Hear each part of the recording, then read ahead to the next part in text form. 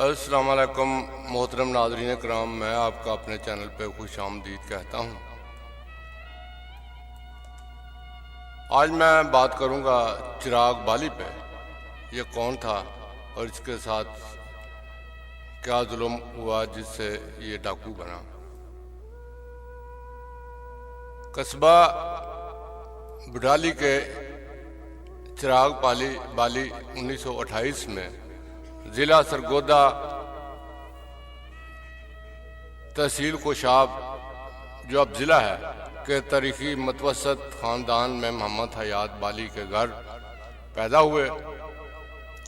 اس خاندان کا آبائی پیشہ کاشتکاری ہے۔ اس خاندان کے افراد قدآور، خوبصورت، کڑیل اور بہادر جوان ہیں۔ چراغ کی والدہ کا تعلق عوان فیملی سے تھا۔ دراصل بالی قوم بھی عوان فیملی کی ایک ذیلی شاخ ہے۔ چراغ کے علاوہ اس کے 4 بھائی اور 5 بہنیں تھیں۔ چراغ کے بھائیوں میں صرف ایک بھائی حاجی مین محمد زندہ ہے۔ چراغ بالی بچپن سے ہی خود سر اور ضدی طبیعت کا مالک تھا، لیکن ذہین بھی تھا۔ اس کا اکثر ہم عمر لڑکوں سے لڑائی جھگڑا ہوتا اسکول سے بھی اکثر شکایتیں گھر والوں کو آتی رہتی۔ چراغ بالی نے مڈل تک تعلیم مقامی اسکول سے حاصل کی۔ اس دوران اس نے قرآن پاک بھی پڑھ لیا۔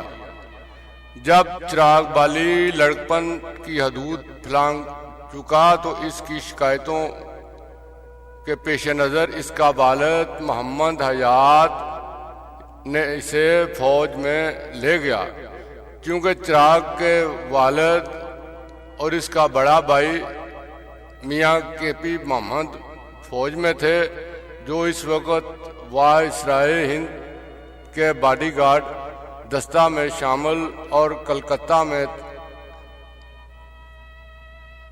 تعینات تھے۔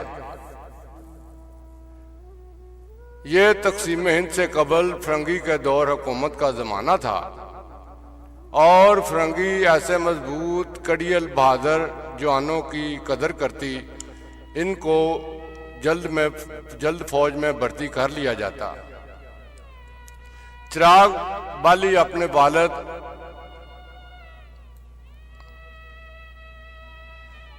اور بھائی کے ساتھ وائسرائے ہند کے باڈی گارڈ دستے میں شامل ہو گیا۔ اسی دوران گاؤں میں اپنی برادری کے مدد خان بالی، جو کہ محمد حیات کا رشتہ دار تھا، جن سے حیات وغیرہ کی رنجش چلی آ رہی تھی، شدت اختیار کر گئی۔ مدد خان کے بیٹوں نے چراغ کی غیر موجودگی میں کل پرزے نکالنے شروع کر دیے، کیونکہ چراغ کے گھر میں ہوتے یہ لوگ اس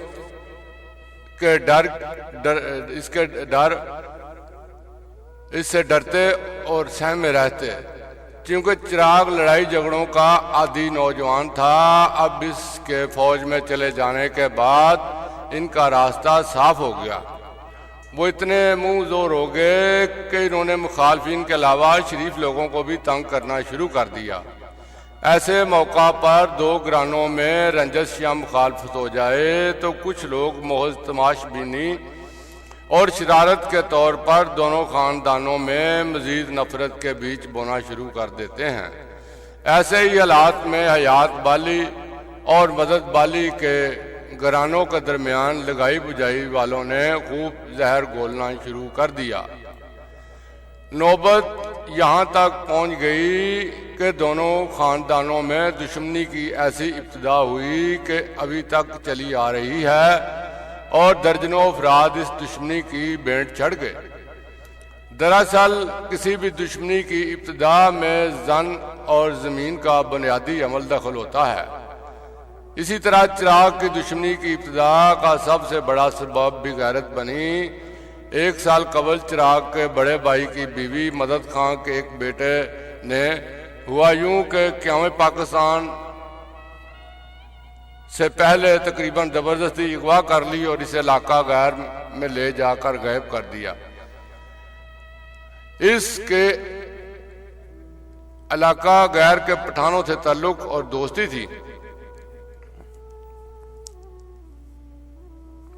اس وقت چراغ بالی کلکتہ میں تھا۔ جب چراغ کو اس بات کا علم ہوا تو وہ غضبناک ہو کر عزت کا بدلہ لینے کے لیے فوج سے بھاگ آیا۔ اس زمانے میں لڑائی جھگڑوں میں لاٹھی، کلہاڑی اور چھری بالے وغیرہ کا استعمال ہوتا تھا، کیونکہ اس وقت رائفل بندوق عام نہیں تھی۔ چراغ بالی اور مخالف گروپ میں دشمنی کا آغاز تقسیم ہند سے قبل 1946 میں اس وقت ہوا جب دونوں گروپوں کے درمیان محلہ بالیاں والا ہڈالی میں پہلی بار تصادم ہوا۔ دونوں گروپوں میں دو بدوئی زبردست لڑائی ہوئی۔ مدد بالی گروپ کے سربراہ مدد خان، صادق اور محمد بالی 3 افراد قتل ہوئے، جبکہ احمد خان شدید زخمی ہوا اور اسی تنازع کا مرکزی کردار سرفراز بچ نکلا۔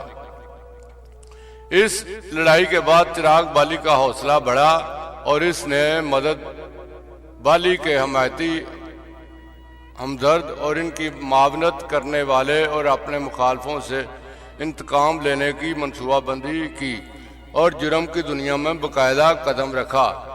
جب آدمی دریا میں چھلانگ لگا دے تو پھر چھینٹوں سے کیا ڈر کے مصدق اب چراغ بالی جرائم کی دلدل میں دھنستا چلا گیا۔ پھر اس دلدل میں ایسا پھنسا کہ وہ اس سے باہر نہیں نکل سکتا تھا۔ وہ باقاعدہ منصوبہ بندی اور پلان کے ذریعے دشمنوں کو قتل اور ڈاکہ زنی کی وارداتیں کرنے لگا۔ متعدد وارداتوں کے کچھ عرصہ بعد یہ جیل چلا گیا، پھر ضمانت پر رہا ہو گیا۔ اس عرصہ میں چراغ کی اپنی برادری میں پہلی شادی ہوئی، لیکن باوجہ جرائم چراغ اسے اپنے ساتھ نہ رکھ سکا۔ وہ عورت ہمیشہ اپنے میکے میں رہی۔ ضمانت پر رہا ہونے کے بعد چراغ نے پھر سنگین جرائم کا ارتکاب شروع کر دیا۔ اب وہ مکمل طور پر ایک خطرناک مجرم کا روپ دھار چکا تھا۔ اس کا نام نہ صرف ضلع سرگودا بلکہ پنجاب بھر میں خوف و دہشت کی علامت بن گیا۔ سنگین وارداتیں، لوٹ مار، قتل و غارت کی اور اس طرح کے دیگر جرائم میں ملوث ہونے کی وجہ سے 1956 میں پولیس نے اس کی ہسٹری شیٹ کھول کر اسے انتہائی خطرناک اشتہاری قرار دے دیا۔ 1956 سے 1962 تک چراغ کے عروج کا پہلا دور تھا۔ اس عرصہ میں چراغ نے مدد بالی گروپ کے قتل ہونے والے اس کے ایک بیٹی کو اغوا کر کے اسے باقاعدہ نکاح کر لیا۔ یہ چراغ کی دوسری شادی تھی۔ اس عورت کو چراغ کی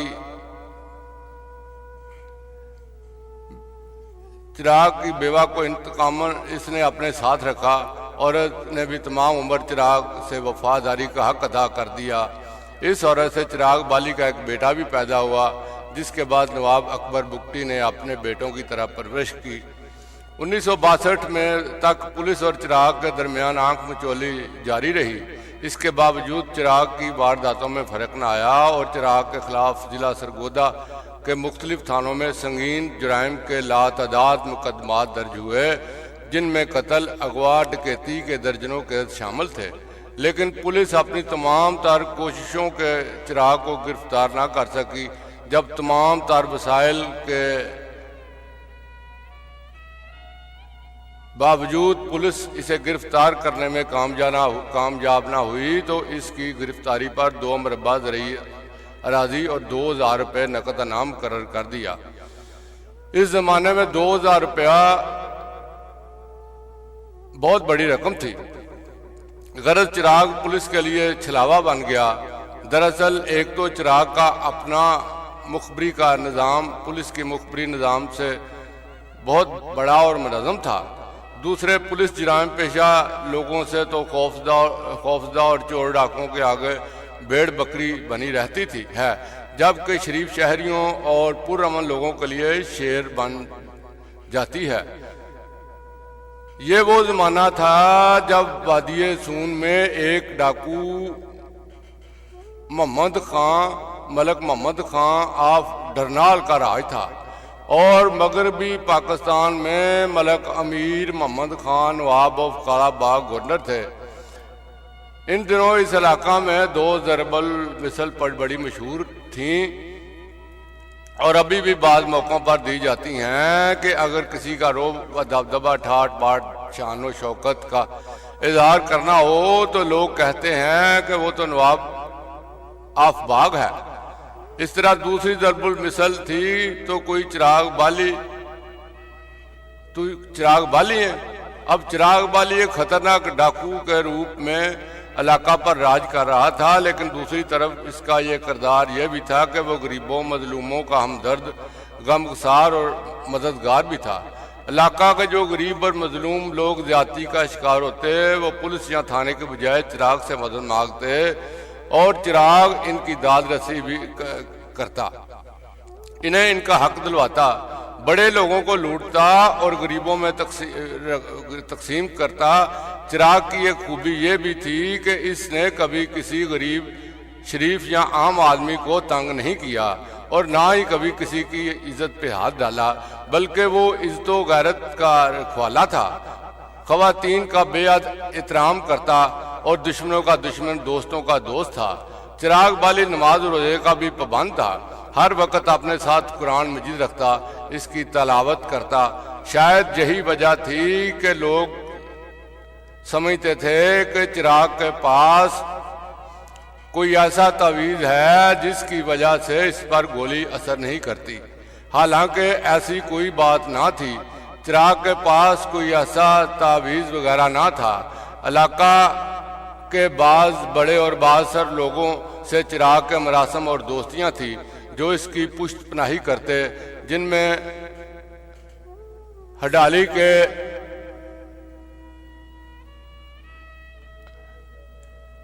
یہی ایک نواب زادہ جو پولیس کے بہت بڑے افسر تھے، بعد میں بھٹو دور حکومت میں FSF کے بانی ڈائریکٹر جنرل بنے، جیسے لوگ بھی شامل ہیں، اور بڑے لوگ ایسے مفرور اشتہاریوں اور ڈاکوؤں کو اپنے مفاد کے لیے استعمال کرنے کے لیے ان کی پشت پناہی کرتے۔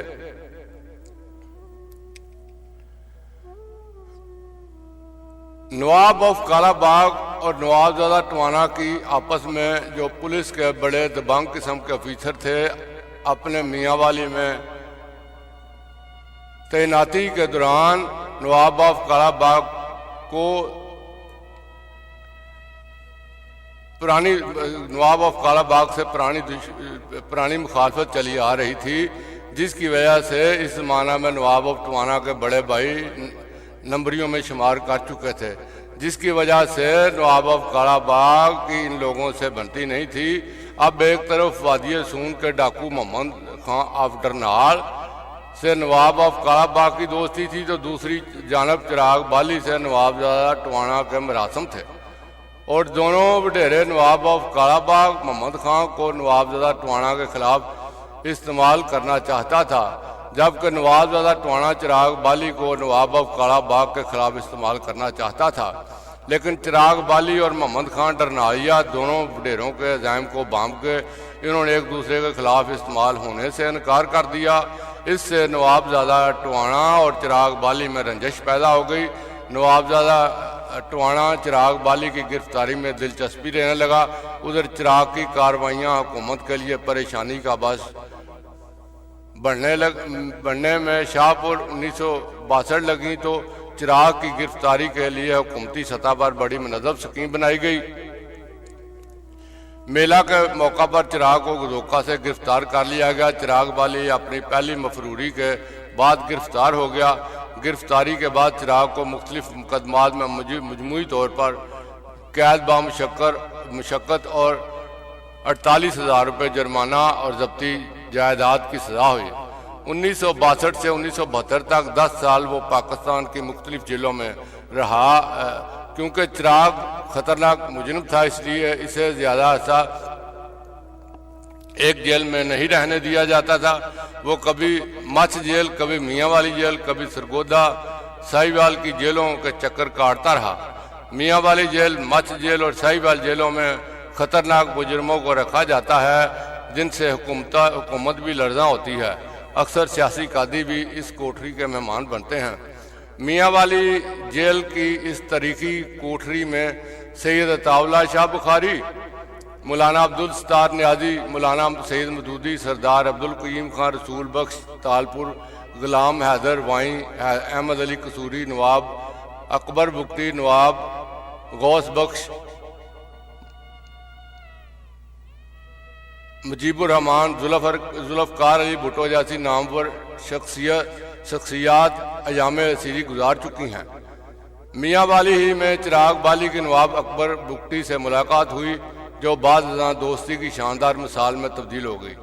چراغ بالی کے جیل سے دوبارہ فرار ہونے کے بعد نواب اکبر بگٹی نے ہی چراغ کو اپنے ہاں پناہ دی، اس کی بیوی اور بیٹوں کو اپنے گھر میں بیٹوں کی طرح رکھا اور چراغ کے بیٹے کی اپنے بچوں کی طرح پرورش کی،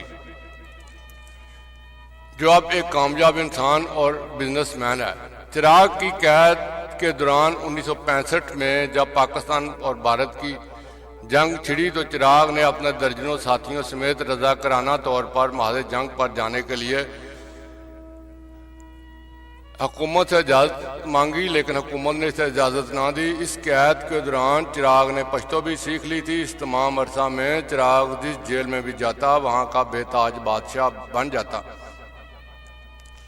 جیل میں صرف چراغ کا راج ہوتا اور اسی کا حکم چلتا۔ جیل کا عملہ کے ذریعے اپنے علاقے کے دوسرے لوگوں سے رابطے میں رہتا، وہ جیل ہی سے پیغام بھجواتا اور متعلقہ شخص کا کام ہو جاتا۔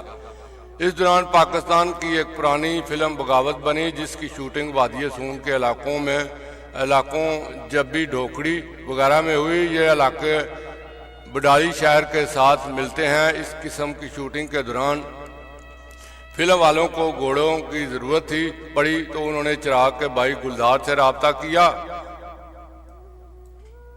گلزار نے یہ بات چراغ کو بتائی تو چراغ نے اپنی سفید گھوڑی اداکار اکمل اور ہیرو صدیر کو تحفہ میں پیش کر دی۔